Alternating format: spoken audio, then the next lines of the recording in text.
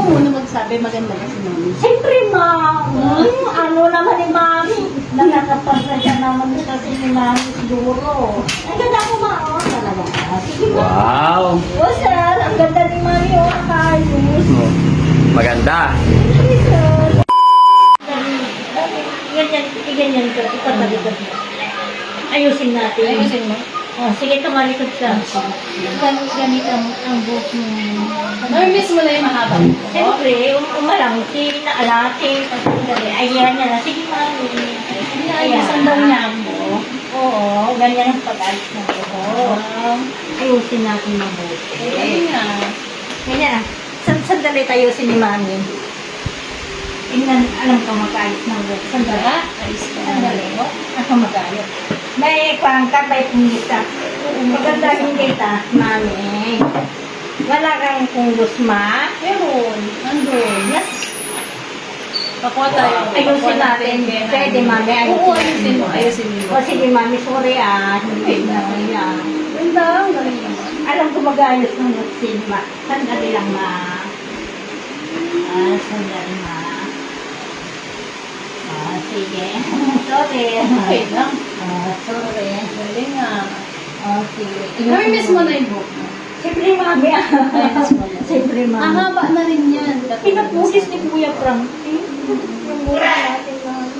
Okay lang yan kasi para maayos yung pag- O, sige, mami. Ayusin mo yung book mo. ha? O, sige. Wala ka namang ganito na, mami. Meron. May pulus ka ba? Oo, meron. Bukunin. O, sige. Kunin mo, ayusin mo. Baka mamaya ko ni ma. Oo, Talaga. sige po. May pulus ka, ma. Oh, antayin mo ako ha. O, sige, mami. Ayusin natin yung buhok na. Sige lang, kukunin ko. Wala akong makitang panali. Sige, kunin mo. Ano, sir? Ano?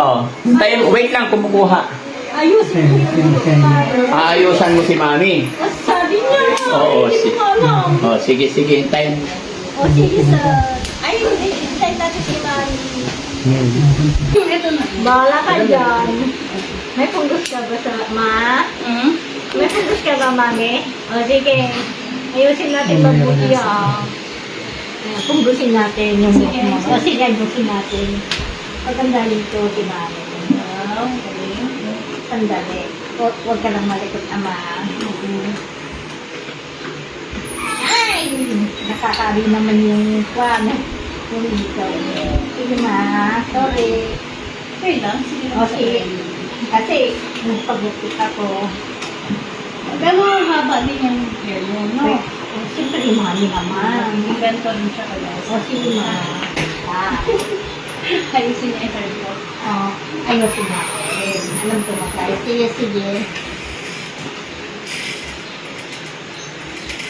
Na-miss mo na bang itali yung hair mo? Siguro, mami, hindi ko nga alam. Ganito ang pag-ayos ng gusto na. Pag bumaba na yung hair mo, ganyan ka na rin. Ang laki yung buhok mo.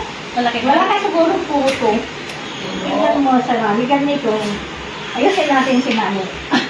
Sige, tignan mo lang si mami. Ganyan ang parayos. Hindi ka nagpakalbo. Bakit wala akong puto? Nung baby ako, meron. Pero ngayon, hindi. Oo, tama na yan. Tingnan mo nga, baka may kuto si Mami. May puto, sir? Tingnan mo nga. Ganyan na, sir. Kikitaan. Ano nga, baka meron. Ay, may puto ka? Tingnan mo. Bahala, alisin na natin, ma. Oh, tingnan mo. Oo, bahala ka dyan. Oh, dali. Tingnan mo, meron. Kasi, may puto ka. Sir, wala naman. Ay, wala. O, tali mo na pala. Tali ko. O, tali mo na. Wala pala eh. Akala ko meron eh. Pag may kuto yan, kakalbuhin ko rin yan. Ay, pwede kalbuhin, sir. Eh, pag may kuto siya. Ay, siguro. Bahala ka, sir. Eh, sabi mo, wala naman siyang kuto eh. Ay, Sige, ayusin mo para gumanda ha. siyempre, sir. Oh, kasi pag hindi maganda, papalitan natin yan. Bahala ka dyan, sir, kung papalitan mo. Pwede ba palitan yung asawa? Siguro, sir, ikaw naman, sir. Siguro. Payag ka, palitan natin si Mami? Payag ka, palitan ka, tama. Ang ganda mo naman, bakit ganyan na. Huwag mo nang ikutin yan, ha. Oo. Nagpayag si mami. Ako, tignan mo, ma. Maganda ka. Pagkain mo, mami. Oh, di ba? So, hindi pala pwedeng palitan kasi maganda, ano? Maganda si mama. Di ba, ma? Maganda ba? Simple naman. Ano, mabalis ba? Hindi. Ikaw muna magsabi, maganda ka si Mami. Siyempre, ma. Ano naman ni Mami? Nakakapagpasya naman kasi ni Mami siguro. Ang ganda ko ma, oh, talaga. Sige ma. Wow. Oh, sir, ang ganda ni Mami, oh, nakayos. Oh, maganda. Sige, sir. Wow. Maganda ka Mami. Oh, ikaw na daw. Oo, siyempre Mami. Pag ganyan na rin yung hair mo. Ganyan na. Opo ma, sige ma. Ang importante, wala nang kubo. Pinapugisan na ako kasi bukuyat kami. Si Kuya Prongkey! Ang ate yung lupa. Sige ako siguro pinapugis. Alam mo kung sino nagpapuklis sa'yo? Si Kuya Frankie. Kasi marami kang kuto noon. Oh, tignan mo nga. Sorry sa ra. Oh, okay lang. Lukol mo naman ako kasi. Hindi. Mas maganda si Mami, oh. Oo. Ah, sandali yun si Mami. Sandali. Ganito naman na. Ganyan na. Mas maganda ka pa sa akin. Tignan mo yung book ko. Wala na akong buhok. Ginagawa ako dito. Mahaba rin yan. Ay, mas maganda. Ganyan lang yung book ko. Mas magiging ganyan din yung hair mo pag Bakit ayaw mong kalbo? Oo. Kalbohin ka ni Sir. Kakakuha niya lang ako pag may kuko. Ganyan na lang, Mare. O sige na, bahala ka kung kalbohin ka ni Sir. Hindi na. O ganyan. Ay, andun na. Sige, Mami. Sino? O ganyan na lang. Sino? O sige, ganyan na yung buhok mo. Mas siyempre yung Mama. Mainit kasi pag ano. Nagkabrut ka siguro, Ma. Parang nagkabrut ka. Doon sa buhok. Bakit? Mas maganda ka sa akin, siguro. Maganda ba si Mami? Maganda pa rin. Bakit makahit ba ka, Sir? Hindi, maganda kayo pareho. Oo, Sir. Si Mami. O, tignan mo si Mami. Oo, pusyong na siya, oh. Pati naman ito siguro, Mami. Maganda na ikaw. Pati naman ito. Tsaka laki na ng pagbabagohan. Kahit 12 days pa lang niya ngayon. Kumakain na siya mag-isa, maliligo na siya mag-isa. Sisunod kasi. Pin. Nagulat na ako kasi pagdating ko kilala niya. Kilala ka niya? Oo, Hello, Mami. Parang kilala ka, Mami. Sorry, Sir. Siyempre napapanood ka niya sa video eh. Oo, sige. Ayan. Siya si Mami Rochelle. Ay, oo. Siya asawa ko. Ay, asawa mo. Ikaw, saan asawa mo? Si Mami. Nasaan? Nasaan si Yun, Mami? oo. Ayan. Asawa ko rin.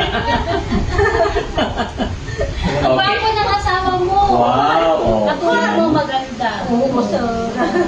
Oo, Sir. Galing. Gwapo ni tatay na. Oo, Sir. Maganda ikaw, no? Tapos maganda rin siya. Ganda naman si Mami.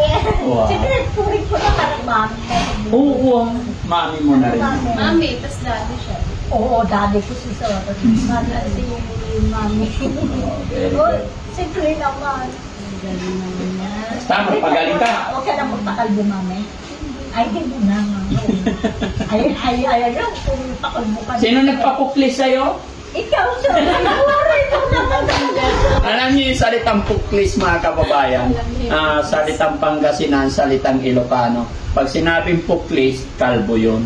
Diba? So alam niya, di ba?